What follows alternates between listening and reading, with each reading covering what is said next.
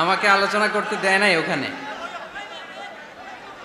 তো আমি পুলিশের আইজিপি আর ডিআইজি দিয়ে ফোন দিলাম আপনাদের লাকসামের এই যে থানার ওসিকে। তো ওসি বলে, স্যার আমাদের হাতেও নাই, এটা একেবারে উপর থেকে নিষেধ। তো এরকম ঘটনা কি লক্ষ্মীপুরে ঘটে? এরা দেশে অন্যায় জুলুম অত্যাচার বন্ধ করতে পারে না, এরা তাফসির মাহফিল বন্ধ করে দেয়। চাঁদাবাজি বন্ধ করতে পারে না, টেন্ডারবাজি বন্ধ করতে পারে না, জুয়ার আড্ডা বন্ধ করতে পারে না, কোরআনের মাহফিল বন্ধ করতে চায়। এগুলো কপাল পোড়া। এগুলো কি? আলহামদুলিল্লাহ, আপনাদের লক্ষ্মীপুরে এরকম কপাল পোড়া টোরা নাই। আল্লাহ লক্ষ্মীপুরবাসীকে তুমি কবুল করো। তো বাংলাদেশে যারা এই কোরআনের বিরোধিতা করে তাদের খেয়াল করা উচিত, they should understand the pulse of the citizen. জনগণের পালস বোঝা উচিত, যে জনগণ কি চায়, জনগণ কোনটাকে পছন্দ করে, জনগণ কোন দিকে ঝুঁকছে, এটা খেয়াল রাখার দরকার আছে না নেই? আজকের এই লক্ষ্মীপুরের বিশাল মহাসমাবেশ প্রমাণ করে কোরআনের এই ভিক্টরিকে, এই বিজয়কে কেউ থামাতে পারবে। আমরা কোরআনের সাথে থাকতে চাই, আমরা কোরআনকে বন্ধু বানাতে চাই। আমরা দুনিয়াতে যদি কোরআনকে বন্ধু বানাই, আমাদের কবরেও কোরআনকে বন্ধু বানায় দিবে কে? আল্লাহ তুমি আজকের মাহফিলকে কবুল করো। যে ভাইয়েরা, যুবক ভাইয়েরা কষ্ট করে দাঁড়িয়ে দাঁড়িয়ে ধাক্কাধাক্কি করে এই গরমের মধ্যে কথা শুনছে, আল্লাহ তাদেরকে তুমি সাইয়েদনা হামজার সাথে হাসর নসিব করে দাও। যে সমস্ত বোনেরা বিভিন্ন জায়গায় গাদাগাদি করে একসাথে বসে আজকের তাফসির মাহফিল শুনছে, তাদেরকেও তুমি ইসলামের জন্য কবুল করো। কাজ করে খেতে বলেছেন, কাজে লজ্জা নেই, লজ্জা অলসতায়। কাজে লজ্জা আছে? লজ্জা কিসে? অলসতায়, অকর্মণ্যতায়। লেজিনেস খুব খারাপ, কিন্তু অ্যাক্টিভ হওয়া, এনার্জেটিক হওয়া, এটা নবীদের সুন্নাত, ঠিক কিনা? তো এই আয়াতের মাধ্যমে আল্লাহ তাআলা গোটা বিশ্বের মানুষদেরকে কাজের প্রতি উৎসাহিত করেছেন। আল্লাহ বলেছেন, ফাইদা কুদিয়াতিস সালাতু ফান্তাশিরু ফিল আরদ আবতাগু মিন ফাদলিল্লাহ। যখন সালাত শেষ হয়ে যায় তখন তোমরা জমিনে ছড়িয়ে পড়ো, প্রত্যেকে প্রত্যেকের ওয়ার্ক প্লেসে চলে যাও, কাজ করো।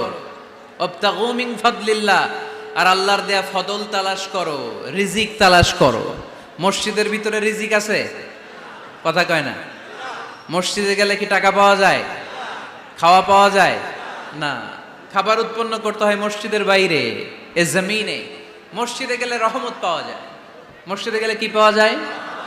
এজন্য মসজিদে ঢুকার সময় আমরা কোন পা দিয়ে ঢুকি আর কি পড়ি? আল্লাহুম্মা ইফতাহলি আবওয়াবা রাহমাতিক, আল্লাহুম্মা ইফতাহলি আবওয়াবা রাহমাতিক। আমরা বলি, হে আল্লাহ, আপনি আপনার রহমতের দরজা আমাদের জন্য খুলে দেন। সুবহানাল্লাহ পড়েন।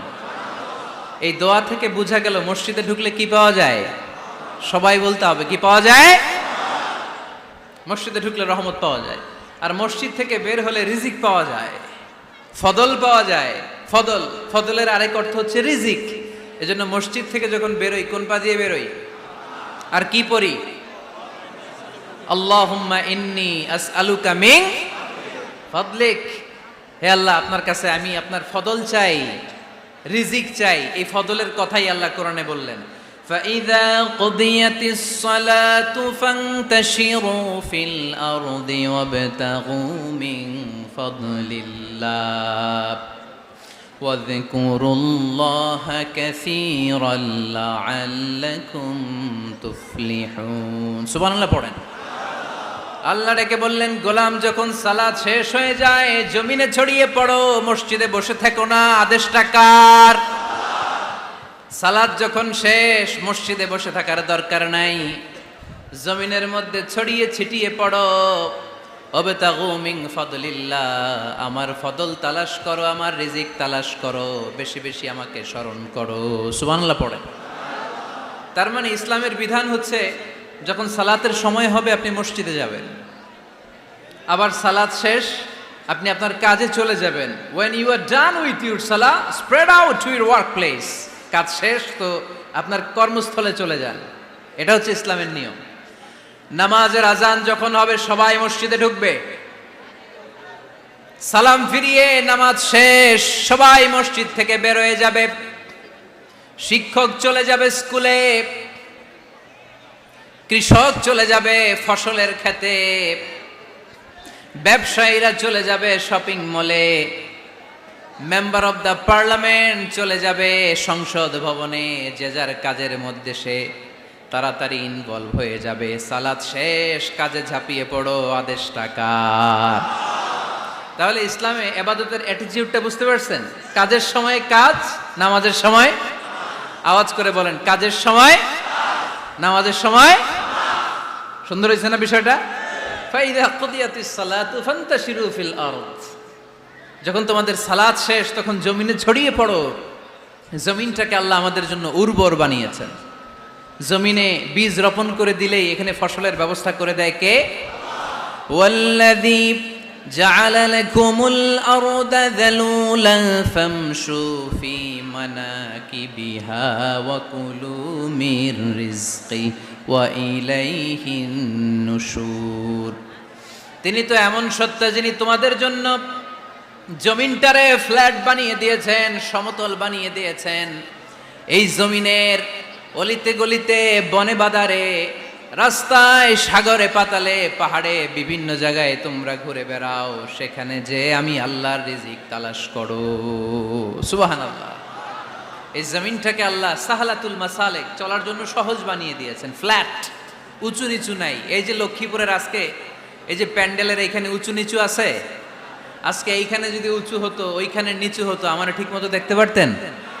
বিমান থেকে এটা খুব সুন্দর দেখা যায়, জমিনটা খুব ফ্ল্যাট দেখা যায়, সমতল।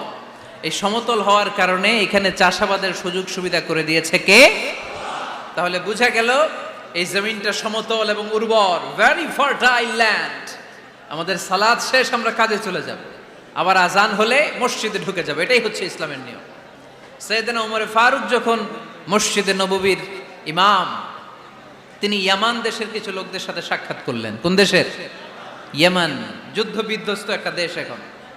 প্রাচীন নগরী হাদ্রামাউত বা আলাবাক, এই ইয়ামান দেশের কিছু লোকের সাথে তিনি সাক্ষাৎ করলেন। তারা গোল হয়ে বসে থাকে, নামাজের পরে যায় না, বসে বসে সুবহানাল্লাহ পড়ে, আলহামদুলিল্লাহ পড়ে জিকির করে। ওমরে ফারুক ভাবলেন দেখি পরের ওয়াক্তে কি হয়। উনি আসরের নামাজে ইমামতি করতে আসলেন, এসে দেখলেন ইয়ামানের লোকেরা মসজিদের বারান্দায় আশেপাশে বসে আছে, সবাই যায়, এরা যায় না। মাগরিবের সালাতে উনি ইমামতি করতে আসলেন, ওমরে ফারুক নামাজ শেষ করে দেখলেন সবাই চলে যায়, কিন্তু ইয়ামানের লোকগুলো যায় না। এশার সালাত পর্যন্ত তিনি ওয়েট করলেন। এশার নামাজ পড়ে চলে যাওয়ার সময় ওমরে ফারুক দেখলেন সবাই নামাজ পড়ে কাজে চলে যায়, কিন্তু ইয়ামান দেশের লোকগুলো যায় না। ওমরে ফারুক বললেন, মা বালুকুম মা খাতবুকুম, ঘটনা কি? কি হয়েছে তোমাদের? সবাই নামাজ পড়ে চলে যায়, কাজে যায়, তোমরা যাও না কেন? এখানে কি করো?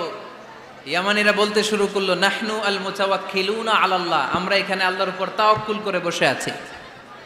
ওমরে ফারুক অবাক হলেন, আনতুম আল মুতাওয়াক্কিলুনা ফিল্লাহ, তোমরা আল্লাহর উপর তাওয়াক্কুল করে বসে আছো?